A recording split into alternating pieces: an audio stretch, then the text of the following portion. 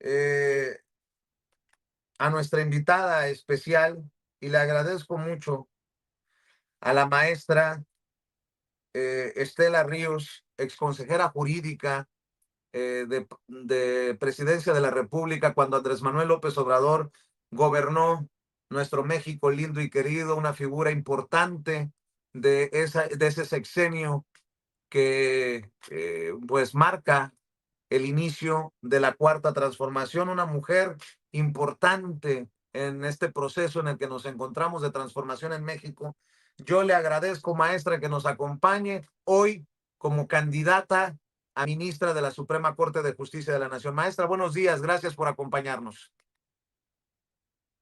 No la escucho, maestra, perdón, no la escucho. A ver si le ayudan a activar el audio ahí en su oficina, Sí, maestra. ya, Ahí está, ya. maestra. Ahí estamos. Buenos días, Vicente. Buenos días a todos y todas. Muchas gracias por la invitación a participar en este programa de noticias y de crítica política muy importante para todos y todas los ciudadanas. Nos es muy importante conocer los diversos puntos de vista sobre la situación que está viviendo nuestro país. Y qué bueno que existan estas instancias para clarificarnos y ayudarnos a formar nuestro criterio respecto de esta situación. Muchas gracias, Vicente. Maestra, la he invitado porque obviamente así como hay que reconocer a figuras importantes en el obradorismo, en la 4T como usted, pues hay siempre el riesgo de que se nos vaya a Gracias. colar cuando andamos en el jaloneo interno, que si Yunes, que si Renata Sí. Turrent, que si el Sí, Canal 11, que se nos vaya a meter una es, Marisela Morales, pero yo sé que usted no puede hablar directamente de sus contrincantes o de sus rivales, pero vaya que si la gente necesita hacer su tarea rumbo al 1 de junio, maestra. sí, ni lo haría porque debemos ser respetuosos de las posiciones de cada quien. Lo que sí es importante que la gente esté informada de quién es quién, o sea, que conozca su trayectoria para que pueda tomar las mejores decisiones, porque lo que está en juego es muy importante y muy trascendente. Trasciende más allá de lo que pueda pasar en estos momentos. Trasciende porque se está transformando, se está renovando el Poder Judicial Federal con un nuevo procedimiento en el que todos y todas las ciudadanas vamos a emitir nuestro voto para decidir quiénes deben integrar esta nueva Suprema Corte de Justicia de la Nación. Y lo hacemos para que haga respetar y respete la Constitución y no la violente como pues se ha pretendido hacer últimamente. Cuando el presidente Andrés Manuel López Obrador hablaba de la reforma al Poder Judicial, que brincaron como chinicuiles en comal, si me permite la expresión los de la oposición, hablaba del Poder Judicial podrido. Usted estuvo ahí como consejera jurídica.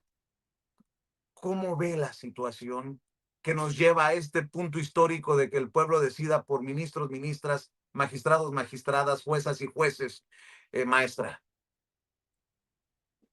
Yo lo hablaría desde el punto de vista de la legitimidad que tenía este poder judicial. Este poder judicial se mantuvo como un poder conservador, como un poder que respaldaba las anteriores políticas que se dieron durante los anteriores sexenios. Fortalecía un modelo que privilegiaba los intereses de los particulares y de las grandes transnacionales y de los grandes empresarios en contra de los intereses de la mayoría del pueblo. Sin embargo, pues el artículo 39 constitucional habla de que la soberanía radica esencial y originalmente en el pueblo y que éste tiene en todo momento el derecho de cambiar su forma de gobierno. Y el poder judicial es un poder público y por tanto emana de la voluntad del pueblo y está para servir al pueblo, no para servir a los intereses de privilegiados. Y lo que pasaba frente a las reformas legales que impulsó Andrés Manuel López Obrador, para cumplir la Constitución, que establece una serie de derechos fundamentales, como es el derecho a la salud, el derecho al bienestar, el derecho a la vida digna, el derecho a la educación. La Suprema Corte de Justicia de la Nación en estos momentos se opuso a todos esos avances. Entonces dejó de estar en la línea de equilibrio en la que debe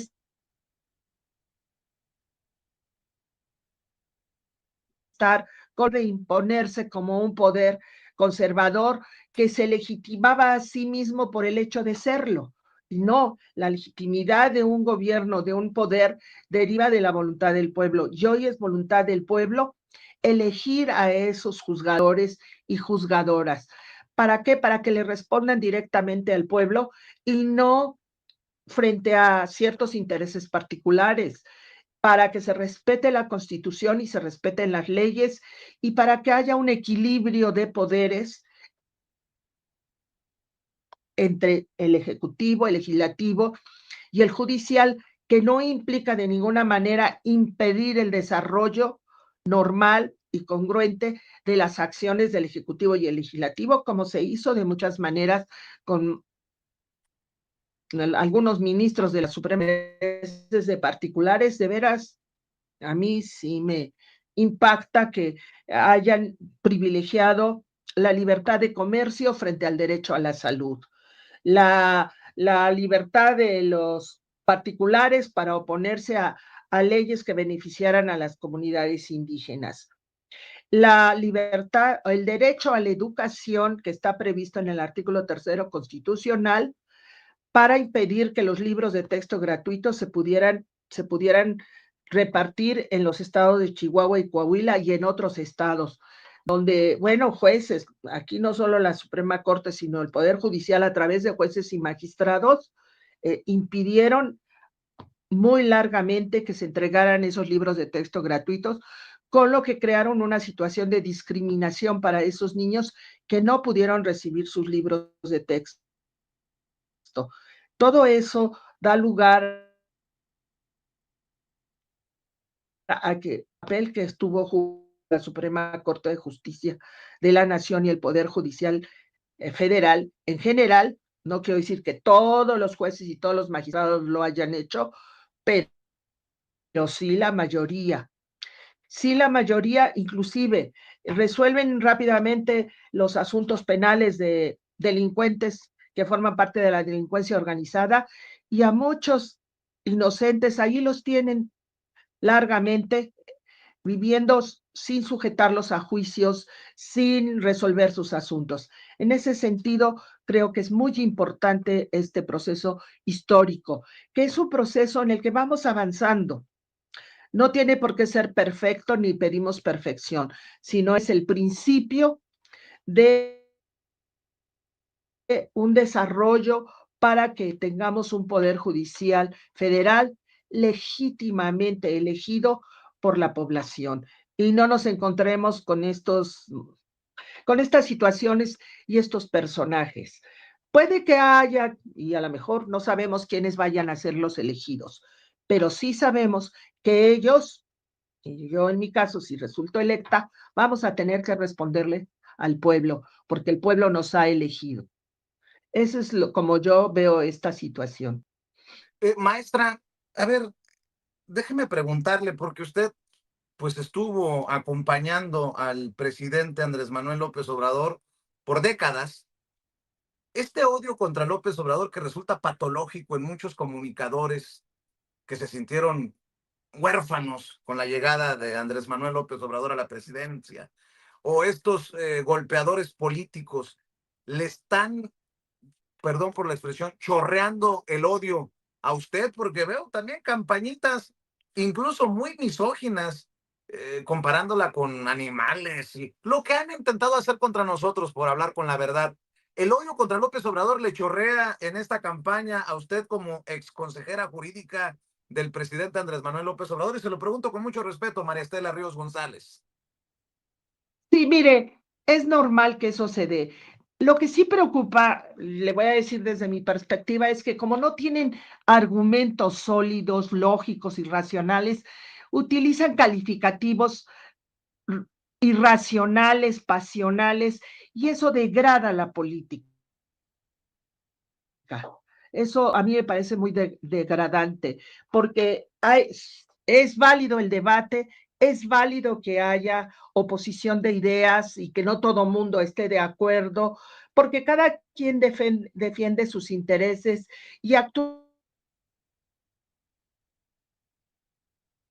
conforme a su ideología y a sus... No es válido, a mí me parece, porque empobrece mucho la discusión política, es que usen calificativos, denostativos, eso rebaja a las personas, no rebaja al odiado, no rebaja al calificado, rebaja al que hace el calificativo porque se ve que no tiene razones para hacerlo y acude a esos mecanismos que se me hacen tan pobres, de veras, pobres y en vez de dar enojo, dan lástima porque se da uno cuenta que no tienen fundamentos, que no razonan, que se dejan llevar por las vísceras.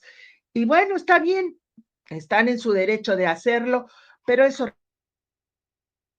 rebaja mucho la política. Le baja de Te nivel acusan, una discusión que debe ser política. ¿Y por qué lo hacen? Porque pues no tienen razones para defender su posición. maestra, Eso es lo que yo opino. Y incluso ponen en tela de juicio sí, tu escucho. compromiso con la justicia, tu capacidad, tu experiencia, porque como fuiste figura importante en el gobierno del presidente Andrés Manuel López Obrador, no puedes ser imparcial o no puedes ser lo suficientemente honesta, etcétera, etcétera, etcétera. Todo lo que dicen desde la oposición política y mediática. ¿Cómo respondes a eso, maestra? Digo, Emir, están, yo diría, están en su derecho de hacer esas acusaciones, pero son falsas. Yo les quiero decir, primero, a mí, el presidente, cuando Andrés Manuel López Obrador, nunca me dio una consigna de favorecer o perjudicar a alguien. Y si yo actué, y si ustedes pueden leer todos mis argumentos de defensa que hice frente a todas las demandas que se hicieron, siempre están fundadas en derecho.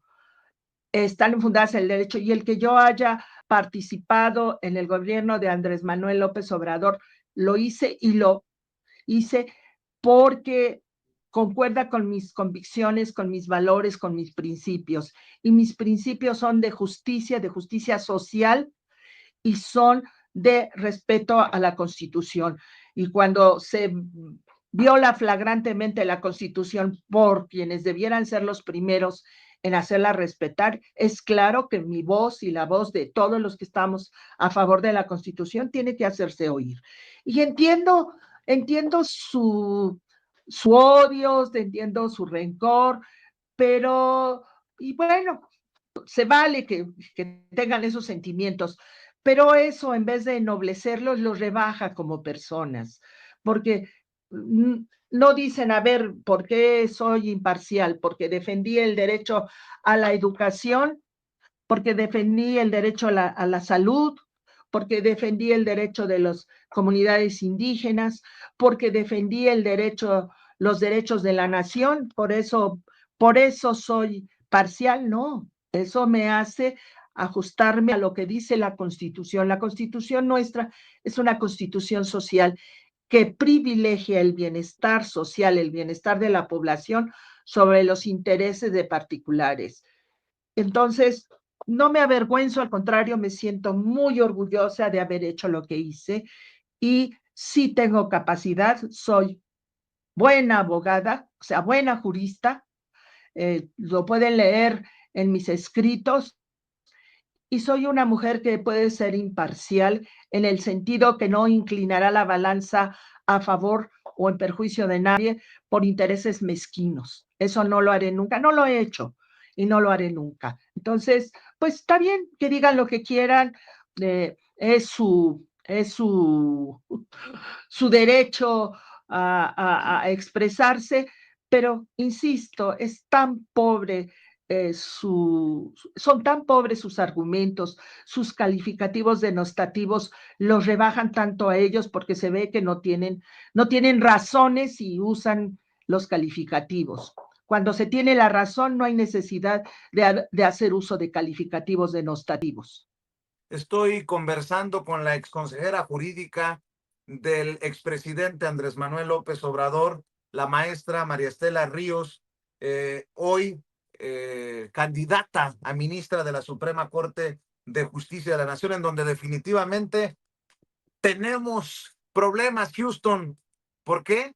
Porque se metieron a jugar a la política y a la peor política, con una, esa es mi opinión, una consejera presidenta cenando con Alito Moreno, que ahora nos vulnera, nos pone en una situación vulnerable. Pero bueno, para cerrar, maestra, esta primera oportunidad que tenemos de conversar aquí en Sin Censura, y le agradezco mucho la oportunidad y espero que se repitan de aquí al 1 de junio muchas de estas oportunidades. Eh, Ayer Pablo Gómez hablaba de cómo hay miembros del Poder Judicial podrido que están dispuestos a liberarle, a descongelarle las cuentas a personas que eh, están lavando dinero, lo que habla de una red de corrupción. Asimismo, usted mencionaba, y lo hemos denunciado aquí, hay ministros que por lavarle la cara o hacerle el juego a personajes como Ricardo Salinas Pliego, eh, están dispuestos a archivar los casos que después terminan en la mañanera. ¿Qué le dice a esta gente, a esta audiencia diferente e inteligente de medios como Sin Censura, sobre esto que está ocurriendo en el año de Hidalgo rumbo a la salida de estos que ya se van pero no se han ido? ¿Qué le dice a la gente para este 1 de junio que se viene con esta decisión histórica, maestra? Y por cierto, que no se nos olvide decirle a la gente con qué número aparecerá en la boleta el 1 de junio, maestra. Sí, bueno, primero que nada apareceré con el número 26, para quien decida que soy una buena candidata, marque el número 26. ¿Qué les diría a todos y a todas, a los mexicanos y mexicanas? Que somos privilegiados de poder estar en este proceso de transición hacia el nuevo Poder Judicial Federal. Es algo inédito. México se ha caracterizado por ser revolucionario en muchos aspectos en determinados momentos de nuestra historia, en la Guerra de Independencia, en la Reforma, en la Revolución de 1910 que culminó con la Constitución de 1917. Hoy nos enfrentamos a esa situación nuevamente, a una situación transformadora, de transformar el Poder Judicial Federal y de poder elegir a los ministros, a los magistrados y a los juzgadores que han de aplicar la justicia en nuestro país. Es una oportunidad histórica a la que yo invito a todos y todas los ciudadanos a participar. Emitan su voto, analicen quiénes son los candidatos, véanlos con razones, no se dejen llevar por las simpatías o antipatías, déjense llevar por las razones, por los fundamentos, por la historia profesional de cada uno de ellos y voten a sabiendas de que harán la mejor elección y que sí, es un proceso que inicia, es un proceso perfectible, pero el primer paso tenemos que darlo. Y es un privilegio para todos los que estamos viviendo en estos momentos.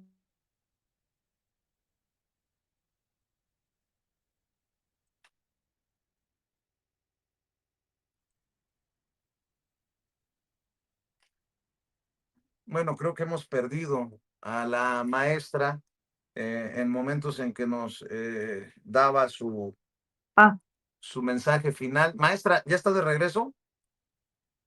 ya estoy de regreso y bueno, brevemente, invitar a todos a votar. Somos parte de la historia, no renunciemos a esa posibilidad de seguir haciendo historia, historia que transforma y transformemos a nuestro país. Es nuestro derecho, es nuestro privilegio y es también nuestra responsabilidad. Yo le agradezco por esta oportunidad, maestra María Estela Ríos, por acompañarnos, por dialogar con esta audiencia diferente, inteligente.